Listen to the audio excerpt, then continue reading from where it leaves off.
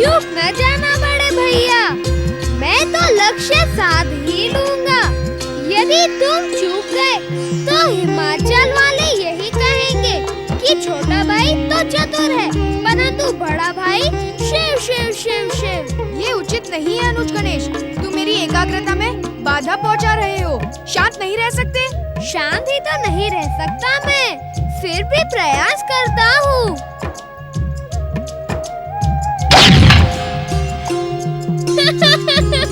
धन्य हो बड़े भैया, धन्य हो।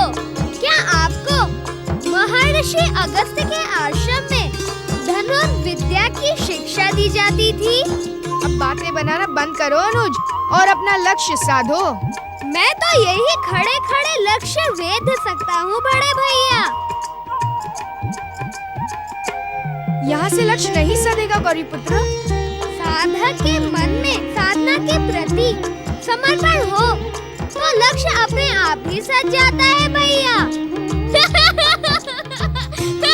सूर्यदेव रक्षा करे, रक्षा करे, सूर्यदेव रक्षा करे। भैया कार्तिकेय, क्या तुमने भी वही सुना जो मैंने सुना? तुमने क्या सुना अनुज गणेश? क्या तुम्हें समुद्र में डूबते हुए किसी दैत्य की चीत्कार सुनाई नहीं दी?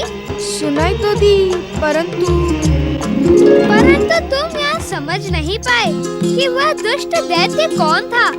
क्यों कार्तिकेय भैया?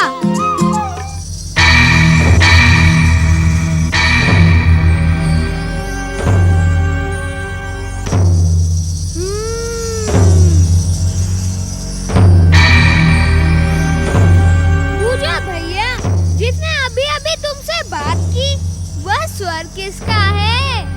ये हमारे समान कोई बालक है।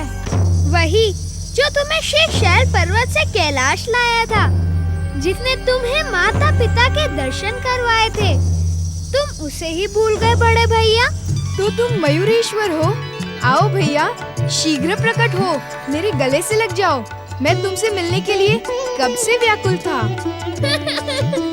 कार्तिकेय भैया, आप खेल तो मेरे साथ रहे थे, परंतु व्याकुल थे मयूरेश्वर से मिलने के लिए।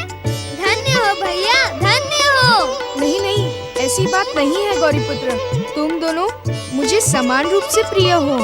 हाँ, मयूरेश्वर तो मुझसे अधिक प्रिय होगा ही, क्योंकि तुम्हारा मयूर पहले पहल इन्हें ही लेकर तुम्हारे पास आया था, है ना भैया? तुम दोनों मिलकर अपने बड़े भाई से परिहास करना चाहते हो? मैं इस परिहास को समाप्त करता हूँ बड़े भैया।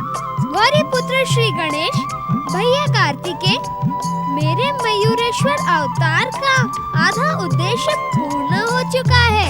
अब मैं आधा उद्देश्य तो शेष है ना मयूरेश्वर।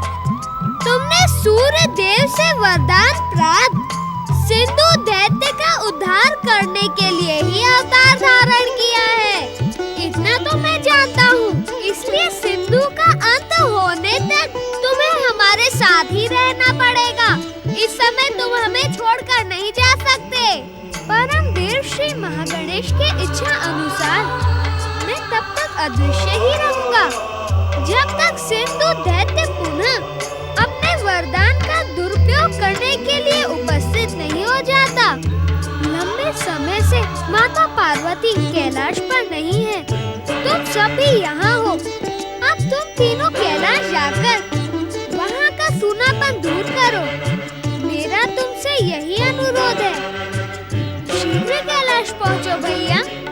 माता पार्वती को लेकर पिताश्री की सेवा में पहुँचो।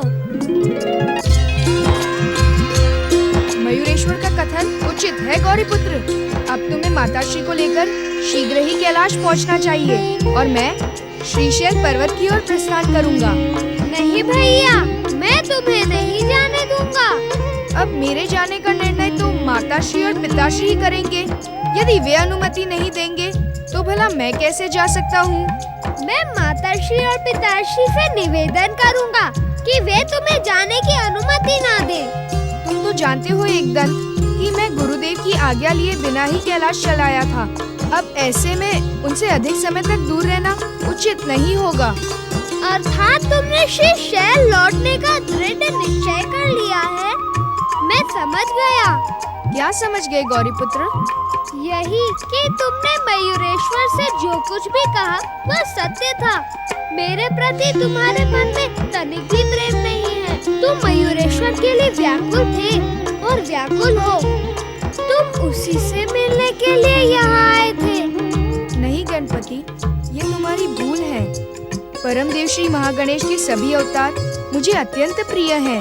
अब जब तक तुम मुझे जाने की अनुमति नहीं दोगे तब तक मैं नहीं जाऊंगा। मैं तुम्हारे प्रेम की परीक्षा ले रहा था भैया। मैं तुम्हारे सच्चे प्रेम को जानता हूँ। गुरु से अधिक समय तक दूर रहना अनुचित है। मैं अपनी इच्छाओं को रोक सकता हूँ, परंतु तुम्हारे भविष्य से खिलवाड़ नहीं कर सकता। गुरुदेव के समीप जाने से पहले हमें कैलाश चलना होगा और कैलाश जाने से पहले हमें नानाश्री और नानीश्री की अनुमति लेनी होगी। चलो। तनिक ठहरे भैया।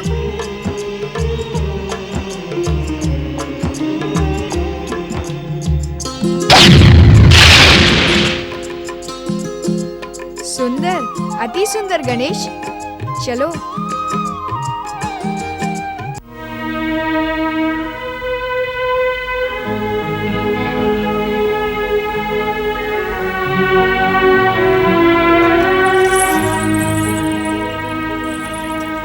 हिमाचल छोड़कर जाने का मन तो नहीं करता, परंतु कैलाश का सूनापन दूर करने के लिए अब तो जाना आवश्यक है। मुझे आज की नहीं पुत्र, कल की चिंता है। कल ये सारा हिमाचल एकदम सूना हो जाएगा। हमने तो सोचा भी नहीं था पार्वती कि तुम इतनी शीघ्र हमें छोड़कर चली जाओगी। नानीश्री, मैं छोटे मुंह बड़ी बात कह रहा हूँ, इसीलिए मुझे क्षमा कर दीजिएगा। अब कोई माता अपनी पुत्री को सदा के लिए तो अपने साथ रख नहीं सकती ना। और आप तो जानती ही हैं कि माता के बिना कैलाश जीवनहीन हो गया है। नानाश्री, हम आपकी स्नेह छाया को छोड़कर जाना तो नहीं चाहते, परंतु कैलाश की स्थिति का अनुमान लगाकर हम तुम्हें रोकेंगे नहीं पुत्र, किंतु इतना अवश्य कहेंगे कि तुम तीनों के बिना यहाँ का जीवन एकदम निर्जीव हो जाएगा पुत्र, एकदम निर्जीव हो जाएगा। और हाँ, यदि संभव हो तो एक बार फिर शीघ्र चले आना यहाँ। अवश्य, यदि पिताश्री की इच्छा हुई तो हम पुनः आएंगे। आपकी पाकशाला के मोदकों और लड्डुओं का स्वाद मुझे स्वयं ही यहाँ खींच लाएगा नानीश्री।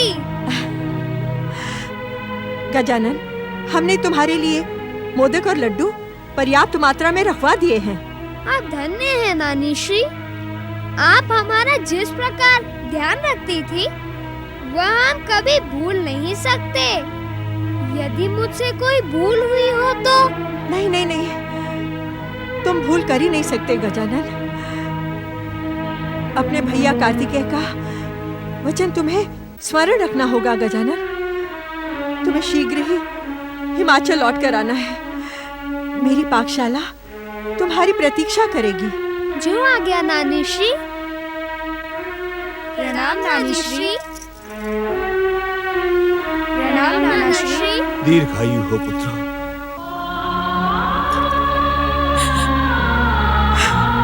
सदा सुहागन रहो पुत्री।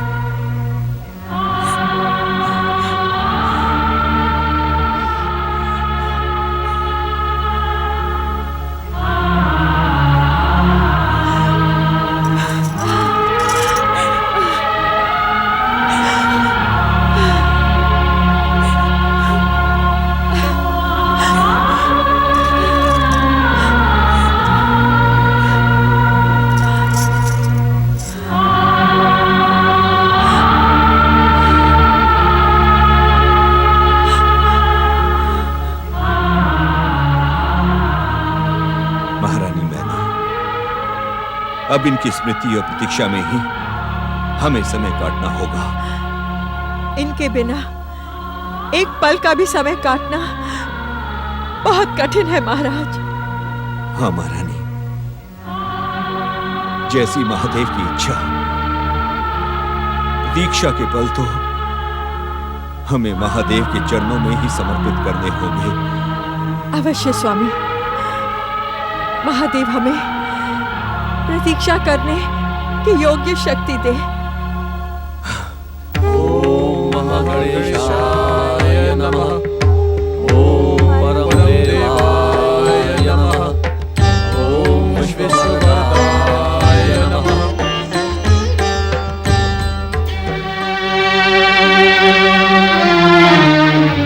क्या हुआ स्वामी? देवी अदिति, अवश्य ही हमसे कोई भयंकर भूल हो गई है, अन्यथा इतने लंबे समय तक परम देव श्री महागणेश की अखंड आराधना करने के पश्चात हमें उनकी कृपा का अवश्य कोई संकेत मिलता। आप सत्य कह रहे हैं स्वामी। विश्व को वरदान देने वाले हमारे आराध्य परम देव श्री महागणेश हमसे रुष्ट हो गए हैं। ऐसे में हमारा जीवित रहना भी व्यर्थ है। नारायण नारायण। प्रणाम ऋषिवर। प्रणाम देव माता अदिति।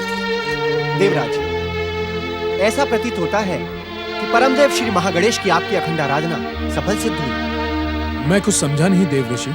नारायण नारायण। देवराज, परमदेव श्री महागणेश के मयूरेश्वर अवतार ने सूर्यदेव के वरदान से उत्पन्न सिंधु दैत्य को समुद्र के अतल तल में अचेत पड़े रहने को विवश कर दिया। उचित समय पर उचित समाचार सुनाकर आपने देवराज इंद्र को आनंदित कर दिया है।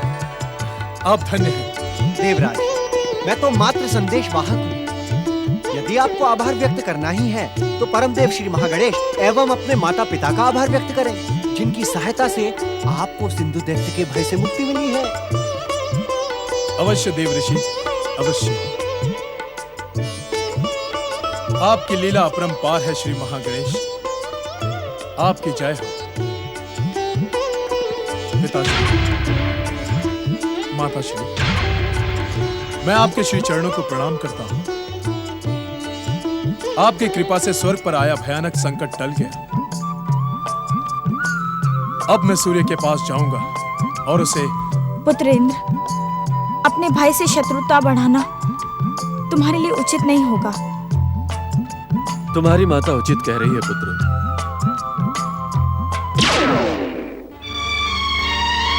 हमें इंद्र को रोकना होगा स्वामी। इंद्र और सूर्य के मध्य शत्रुता विनाशकारी सिद्ध हो सकती है। नारायण नारायण। देव माता अदिति एवं ऋषिवर, कृपया आप निश्चिंत रहें। परमदेव श्री महागणेश की कृपा से दोनों भाइयों को सद्बुद्धि प्राप्त होगी। शत्रुता का ये संकट मित्रता और प्रेम में बदल जाएगा।